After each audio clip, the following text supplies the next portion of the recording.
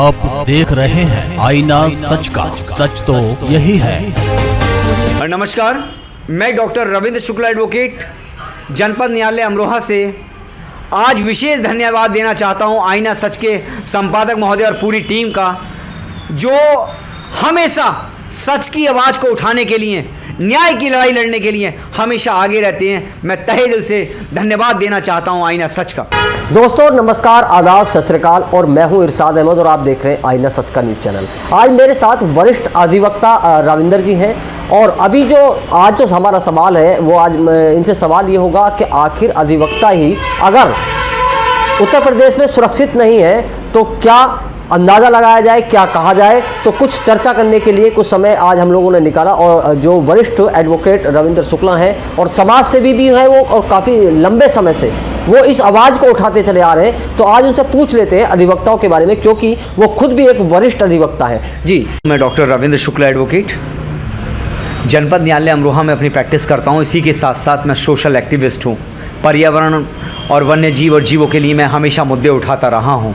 इसी के साथ साथ मैं पेशे से चूँकि एक अधिवक्ता हूँ, मैं अधिवक्ताओं के हितों की, अधिवक्ताओं के अधिकारों की, पत्रकारों की हमेशा उन आवाज़ों को उठाता हूँ जो कलम के पुजारी हैं, जो कलम को जानते हैं। मैं उनकी आवाज़ हमेशा बनता रहा हूँ और हमेशा बनता रहूँगा। इसी के साथ साथ मैं आम जनमानस के लिए भी लगातार लंबे समय से न्याय दिलाने के लिए कार्य कर रहा हूँ। देखने में आता है कि जनपद अमरोहा के वर्तमान समय में कुछ अधिवक्ताओं को भूमाफिया, माफिया, अपराधी लगातार टारगेट कर रहे हैं।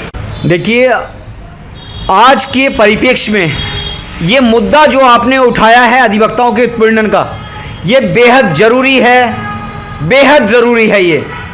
और आप देख रहे हैं उत्तर प्रदेश में लगातार अधिवक्ताओं को, लगातार पत्रकारों को लगातार टारगेट किया जा रहा है। जहां एक तरफ आज कानून का राज कायम है, वहीं दूसरी तरफ अपराधी और माफियाओं के इतने हौसले बुलंद हैं कि कानून के कायम राज को भी तोड़ते हुए वो अधिवक्ताओं को, पत्रकारों को लगातार टारगेट बना रहे हैं, लगातार टारगेट बना रहे हैं। और अब हद इतनी हो गई है कि जहां एक तरफ उत्तर प्रदेश में bar council of Uttar Pradesh की अध्यक्ष माननीय दरवेश यादव जी को टारगेट बनाया गया था और उनकी हत्या कर दी गई थी। मुझे अच्छी तरह याद है 12 जून को उनकी हत्या कर दी गई थी आगरा दीवानी न्यायालय में। वहीं उसके बाद आप यहां देख सकते हैं कि लखनऊ के अधिवक्ता शिशिर त्रिपाठी जी की हत्या कर दी गई। इन हत्याओं से हम उभरे भी नहीं थे कि लगातार आप उत्तर प्रदेश में देख रहे हैं कि अदालतें और जज भी सुरक्षित नहीं है। ये मैं नहीं कह रहा, ये विभिन्न समाचार पत्र के माध्यम से कहा जा रहा है। बिल्कुल सुरक्षा का अभाव इतना ज़्यादा बढ़ता जा रहा है कि जो लोकतंत्र के स्तंभ हैं, अधिवक्ता और दूसरी तरफ मीडिया, इन दोनों को टारगेट कुछ अपराधी, कुछ भूमाफिया और कुछ साजिशकर्ता, कुछ षड्यंत्रकारी भ्रष्ट अफसर जो उन लोगों से हमसाज हैं, माफियाओं से हमसाज हैं, वो लगातार टारगेट कर रहे हैं। न्याय की आवाज़ को दबाना चाहते हैं, कलम की आवाज़ को दबाना चाहते हैं। भला क्यों कलम की आवाज़ को क्यों दबाया जा रहा है, ये जानने योग्य बात है। मैं पूछना चाहता हूं सरकारों से, मैं बात करना चाहता हूं यहां के जनप्रतिनिधियों से कि क्यों आखिरकार दबाया जा रहा है कलम की आवाज़ को, क्यों दबाया जा रहा है अधिवक्ताओं को, लगातार टारगेट किया जा रहा है। तंग आ चुके हैं, बेहद आहत हो चुका हूं।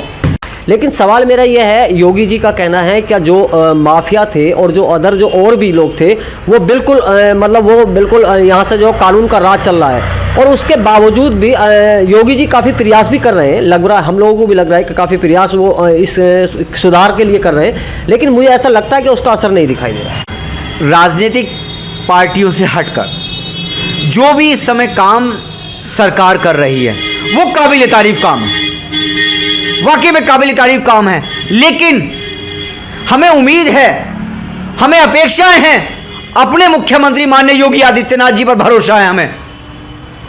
जो अपराधी और माफिया हैं उनकी कमर तोड़ी जा रही है, लेकिन कुछ माफिया, कुछ अपराधी न्याय के रक्षक अधिवक्ताओं की आवाज को दबाना चाहते हैं। न्याय के रक्षक पत्रकारों की आवाज को दबाना चाहते हैं। केवल 2 स्तंभ,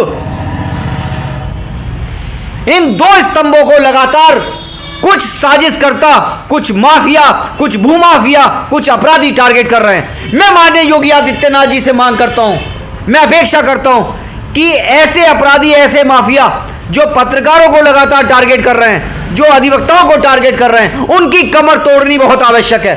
मैं पत्रकारों से, मैं अधिवक्ताओं से कहना चाहता हूं कि हम लोग मिलकर जो भी भूमाफिया है, जो भी माफिया है, जो भी अपराधी है, उनकी हम मिलकर कमर तोड़ें, जिससे कि यहां से नेस्तनाबूद कर दिया जाए। जहां उन लोगों की जगह होनी चाहिए, वहां ऐसे अपराधियों को भेज देना चाहिए। जो पत्रकार और अधिवक्ता अगर सुरक्षित नहीं है, तो अगर आम व्यक्ति की बात की जाए तो इसके बारे में क्या कह रहे हैं? देखिए, मैं आपसे बार बार ये कह रहा हूं, बताना चाहता हूं कि सब लोग सुरक्षित हैं, लेकिन लोकतंत्र के 2 स्तंभ, अधिवक्ता और पत्रकार, इनको विशेष रूप से माफिया अपराधी टारगेट कर रहे हैं। अच्छा रविंदर जी, क्यों जाएं आप, इन्हें टारगेट किया जा रहा है? रविंदर जी, ऐसा क्यों है? वो टारगेट इन्हें क्यों करना चाहते हैं? क्या इसके पीछे कोई बड़ी साजिश है?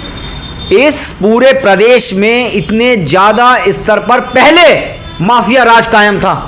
वो माफिया राज आज अधिवक्ताओं को, जो इंसाफ की लड़ाई लड़ रहे हैं, सच्चाई की लड़ाई लड़ रहे हैं, उनको भेजना चाहता है। कहीं ना कहीं वो ईमानदार, मजबूत स्तंभ दोनों को कमजोर करना चाहता है। कौन?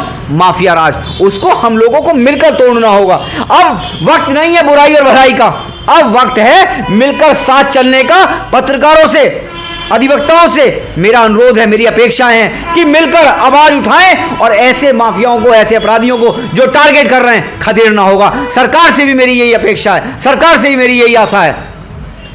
अभी रविंद्र जी, आपने जो कहा पत्रकारों की बात, जैसे आपने कहा कि पत्रकारों का भी उत्पीड़न हो रहा, हाँ बिल्कुल सही है। पत्रकारों को भी लोग मतलब उन्हें जो है कुचला जा रहा है, उन्हें मार दिया जाता है, उस पर कोई भी एक्शन नहीं होता है। लेकिन आपने जो ये जो मुद्दा उठाया, ये कब से आप इसे उठा रहे हैं और अभी आगे क्या करने वाले हैं? देखिए, ये मुद्दा कोई राजनीतिक मुद्दा नहीं है। ये मुद्दा हमारी अस्मिता, अधिवक्ताओं की अस्मिता बचाने का, पत्रकारों की लड़ाई लड़ने का, न्याय की लड़ाई लड़ने का मुद्दा है। हम लोगों को सिर्फ एक ही विचार है अधिवक्ता समाज का कि न्याय दिलाना, न्याय दिलाना, न्याय दिलाना। और हम अपने लिए भी न्याय दिलाना जानते हैं, हम अधिवक्ताओं, पत्रकारों को भी न्याय की लड़ाई लड़ना जानते हैं। बस इस वीडियो आपके माध्यम से मेरा अनुरोध है कि आवाज उठाई जानी चाहिए, सरकार तक पहुंच बनानी चाहिए कि जो 2 लोकतंत्र के स्तंभ हैं, अधिवक्ता और पत्रकार, उनको लगातार टारगेट कर रहे हैं। उनके लिए सरकार को सोचने की आवश्यकता है। विशेष आदेश जारी किए जाएं सरकार की तरफ से, शासन की तरफ से विशेष आदेश जारी किए जाएं कि 24 घंटे में यदि कोई पत्रकारों के साथ कातलाना हमला करता है, घटनाएं करता है, पत्रकारों को टारगेट किया जाता है, तो 24 घंटे में ऐसे अपराधी और माफियाओं की कमर तोड़ने का आदेश जारी किए जाने की मांग करता हूं। मैंने कल भी पोस्ट किया था, मैंने कल भी इस वीडियो को डाला था। मैं सैकड़ों लोगों को जागरूक करने के लिए लगातार लगा हुआ हूं। कोई भी अधिवक्ता का परिवारजन जिसको माफिया और अपराधी टारगेट करने की सोच रहे हैं, करते हैं और कर रहे हैं, मैं सभी अधिवक्ताओं से कहना चाहता हूं, मैं उत्तर प्रदेश बार काउंसिल से आह्वान करना चाहता हूं कि वो कोई भी अपराधी और कोई भी माफिया जिन्होंने अधिवक्ताओं को टारगेट किया है, उनके पक्ष में ना तो आपराधिक केसों में वकालतनामे लगाए जाएं और इसी के साथ साथ ना उनके सिविल मुकदमों में वकालतनामे लगाए जाएं। और जिन मेरे साथी पत्रकारों को भी टारगेट किया जा रहा है, हमने एक कसम खाई है कि जिस भी पत्रकार को कोई भी अपराधी और माफिया टारगेट करेगा, हम ऐसे अपराधी और माफिया के लिए कोई वकालतनामे अपने जीवन काल में, अपने जीवन खंड में मैं नहीं लगाऊंगा। ना मेरे साथी लगाएंगे, ना मेरे अधिवक्ता समाज लगाएगा। इसके लिए मैं लगातार संघर्षशील हूं।